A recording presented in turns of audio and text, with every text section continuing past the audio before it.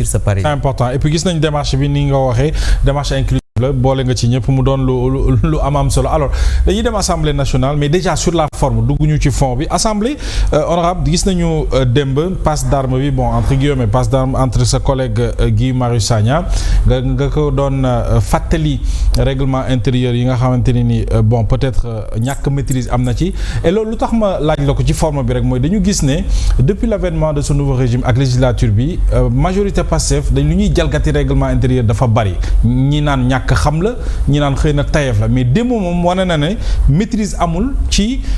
article yi nga xam ne ñoo nekk ci biir règlement intérieur bu assemblée nationale alors situation boobu yow naka nga koy analyser. waaw xam nga d'abord ñàkk maîtrise ñàkk xam-xam ak ñàkk jàng am na d'abord loolu dinaa ci ñëw mais aussi maa tey ak ñoom seen li ñu bëgg am na ci parce que Pastef ñoom li ñu gëm mooy wax naa ko ci tubaab ne régime fasciste la parce que ñoom li ñu gëm mooy gëmuñu démocratie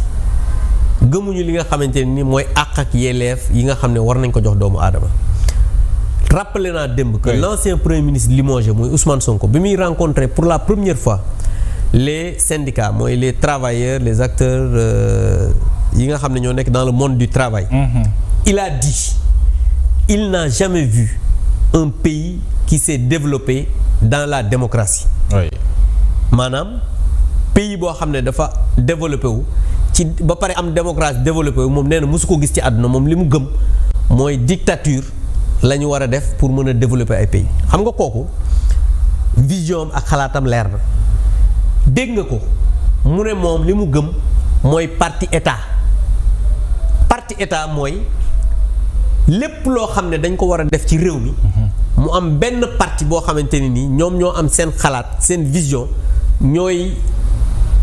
imposer seen dictat ci ñi état bi yépp di doxe xam nga loolu philosophie la gëm-gëm la xalaat la mais dofuñu parce que dañuy def lépp pour que loolu am parce que boo seetloo loi yi ñuy proposer dina am nii dans la forme ay règles mais boo xoolee dans l'esprit de ces lois ñoom dictature ak imposer seen force loolu la ñuy indi parce que chaque jour da ngay dégg ñu naan oui on a une majorité la majorité sert à quelque chose donc loolu mooy li nga xamante ni mooy seen gis-gis seen vision maintenant bu loolu weesoo yow bu fekkee ne da nga am gis-gis boobu ak weesoo mais da nga ci boole am xam-xam mais yow amoo xam-xam ba pare nanguwoo jàngi parce que boo seetloo démb pour donner un exemple ñoom depuis qu'ils sont arrivés même avant dem chaque fois da nga gis des violations répétitives du règlement intérieur d'abord ci ay proposition de loi yoo xam ne bu ñu ko defee la recevabilité parce que une proposition de loi suñu ko defee la recevabilité ci bureau bi la ñuy dem ñu xool est-ce que c'est recevable ou pas maintenant si c'est recevable da nga koy yónnee président de la République soo ko yónnee président de la République am na fukki fan pour joxe son avis bi nag mun na arrêter la procédure c'est vrai bu 10 jours yi matee président mën na tontu mën na bañ a tontu comme mën naa tontu wax d'accord na ci wala d'accord ci mais je pense que président de la République surtout réforme constitutionnelle bu ci d'accordul Assemblée nationale war na mën a taxaw seetlu pourquoi parce que même bu fekkee ne président d'accord na ci su ñu defee une réforme constitutionnelle parce que l'article 103 dafa wax clairement l'initiative des lois est concouramment entre le député de l'Assemblée ak président de la République mais loi constitutionnelle mën na am proposition ou projet mais dañ ne projet bi suñu ko adopté c'est l'article 103 de la Constitution si la proposition ou loi est adoptée par l'Assemblée nationale avec la majorité absolue loolu adoption la après maintenant pour que l'adoption soit définitive approbation il faut que président yóbbu ko référendum mooy texte bi nga xamante ni adopté nañ donc texte bii ñoom përëx bi ñuy def nii même su fekkee ne adopté nañ ko parce que j'ai entendu encore une fois pour te montrer que ñoom amuñu xam-xam celui qui se dit aujourd'hui président de l'Assemblée nationale par usurpation parce que man je considère que c'est pas un président de l'Assemblée nationale légitime moom moo tax ma woowee ke ba démb l'ancien premier ministre limogé parce que jàpp naa ne moom ci boppam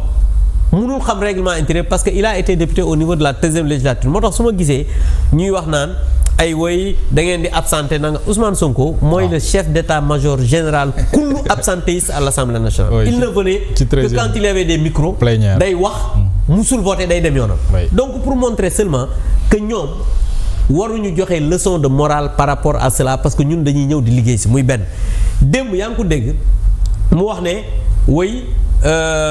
président de la République bu ñu paree dañuy def muy expliquer un peu la procédure mais loolu dara du lu bees parce que loolu c'est dans la constitution c'est l'article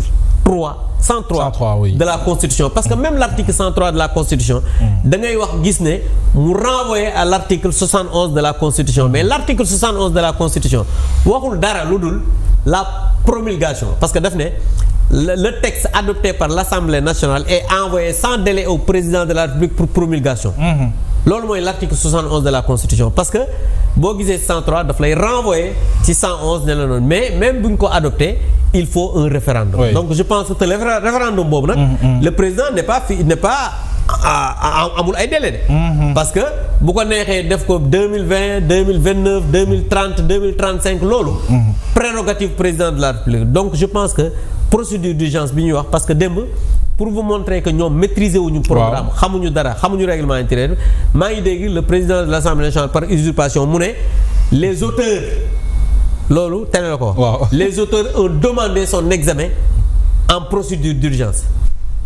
proposition de loi auteurs yi mënuñu demander procédure d'urgence dafa am benn nombre de députés buy demander l'examen procédure d'urgence loolu génnewu ko xamuñu ndax am na parce que ñoom dañuy violer les règlements intérieurs à satiété ou bien le président de la République demande une procédure d'urgence bu le président demander une procédure d'urgence ça la procédure est de droit mais bu fekkee ay député dañ ko demander dañu war a ñëw ñu xool est-ce que am na un député contre bu amee un député contre ñu voter su fekkee la majorité la emporté ñu doog a dem procédure d'urgence xam nga loolu déjà c'est une violation du règlement intérieur beneen bi une violation encore manifeste du règlement intérieur wax naa la ko mooy dégg nga ko moom muy wax ne le président de la République dafa war a joxe na avem mais su fekkee président mën na koo publier loolu président la concerné mais président waxul ak du moom moo wax ak mbedd mi président Assemblée nationale le bind waaw mais ñoom ils ont le devoir d'informer les membres du bureau il ne l'a pas fait parce qu'il n'a même pas réuni le bureau une violation du règlement intérieur il a convoqué la conférence des présidents il n'a pas donné l'avis du président il a convoqué la plénière il n'a pas lu l'avis du président bi passé vous vous rappelez El Malick Ndiaye avait lu en plénière l'avis du président de la République moom il ne l'a pas fait parce que